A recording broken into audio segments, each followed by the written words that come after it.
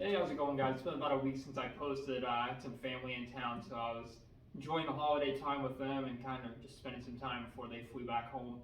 I had a topic I wanted to kind of discuss today. It kind of blew up on TikTok, which is funny because while my family was here, specifically my dad and I were discussing. He used to work for Honda Power Sports for a while. I was discussing a topic, and then it blew up on TikTok, and I was like, man, missed it by that much. But I actually did make a short video discussing it, so if you're on TikTok, feel free to give me a like and a follow there. I'm sure that'll kind of blow up and get the comments section going. I'm also curious to see what you guys think about it. Feel free to drop a comment down below and we can discuss it. If it's worthy of a video, I'll make another one and we'll talk about it. But without further ado, let's get into it. Oh my god, do you know where my panties are? I'm a young shot caller, hit placer, bad bitch taker, AK slanging ass gangster, white flash nigga when I'm hanging, 2-gun gang, twin glocks nigga I'm flaming. Should've been a teacher how I get your white chalk. From TikTok that kind of get into it. Buy for this, it's very cheap. Plug it. This is why the motor company gets such a bad rap. Okay, and I always tell people, Harley doesn't sell motorcycles, they sell canvas. From TikTok that kind of get into it, and then we'll discuss it. But what I want to cover, and I think it's a very important topic that kind of needs to be brought up and discussed, is a lot of these technology type things we're starting to see in bikes. And where do we go with them? Specifically, what blew up on TikTok was a TikToker that's become pretty popular amongst the Harley groups on there, the motorcycle groups in general, started talking about Harleys and how specifically on one of the touring models you can get a flasher for the head unit in that to be able to play Apple CarPlay and Android Auto. I don't want to confuse you. It would most definitely be a preference thing. My Sportster S has the ability to play music from my phone. The touring models all have the ability to play music from your phone. It would strictly be like a preference, like, hey, I use this in my cars, I'd like it on my bike. But nevertheless, that was hit with a lot of backlash. It was, well, they're trying to get more money out of you. There we go again. Like, one guy called Harleys a blank canvas, which I actually somewhat agree with that. But just a lot of bash and negativity towards the Harley community and the Harley motorcycles.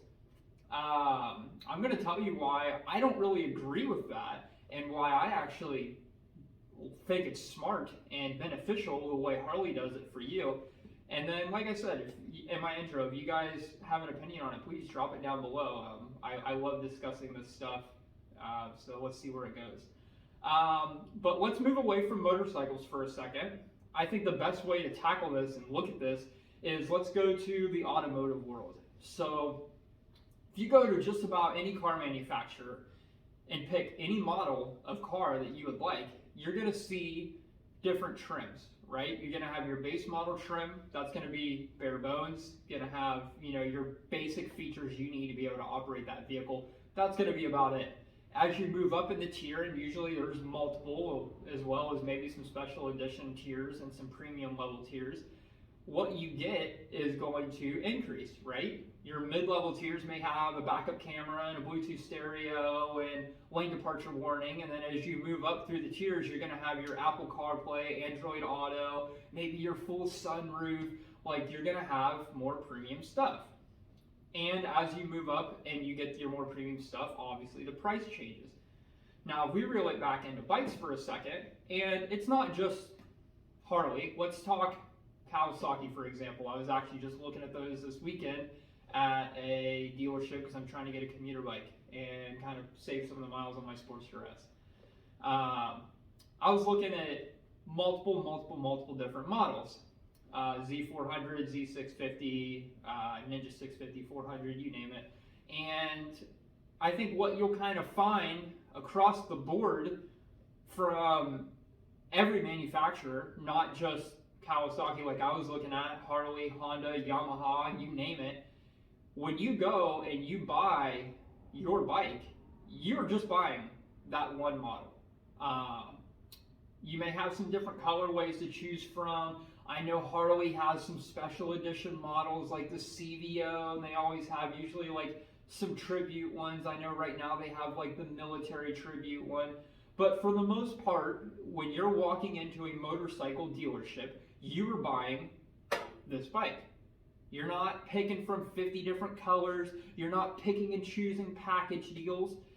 So what KTM's doing in 2023, what Harley's kind of started to do, in my opinion, is instead of saying, hey, here's 6 different models of the Road Glide, pick which one fits your budget and fits your needs, they're still selling it as a blank canvas. If I walk in there and I'm buying a Road Glide to just commute back and forth to work or take trips occasionally, and I don't want every single feature that Harley has to offer, I don't have to buy that.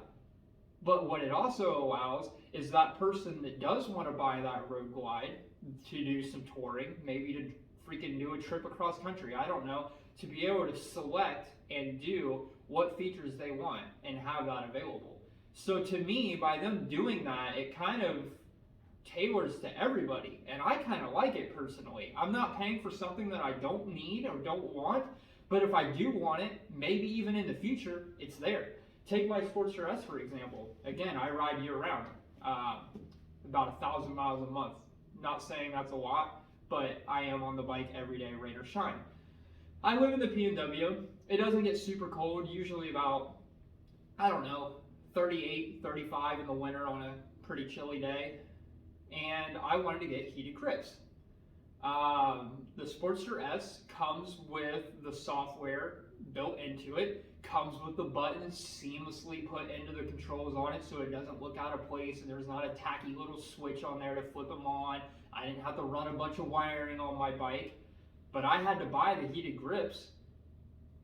Okay, so what? Maybe the person that's going to buy the Sportster S lives in Florida and they don't ride unless it's 70 degrees. Big deal. It really doesn't matter, in my opinion. And like I said, I know KTM as well is planning on doing this in 2023. Not to one up KTM with Harley, my bike came standard with Bluetooth, cruise control, GPS, believe it or not, and probably a bunch of other features, rider modes that are customizable. What KTM is going to be doing on some of their more like upper level models, like the Duke 890 and stuff like that, the ADV models, similar kind of to what Harley's doing. They're going to have all those features. They're going to have cruise control. They're going to have GPS. They're going to have heated grips. They're going to have it programmed into the head unit on the bike. And then you pick and choose what you want, and the dealer activates it for a fee. Nothing's free, guys. Like, you literally can't give stuff away for free.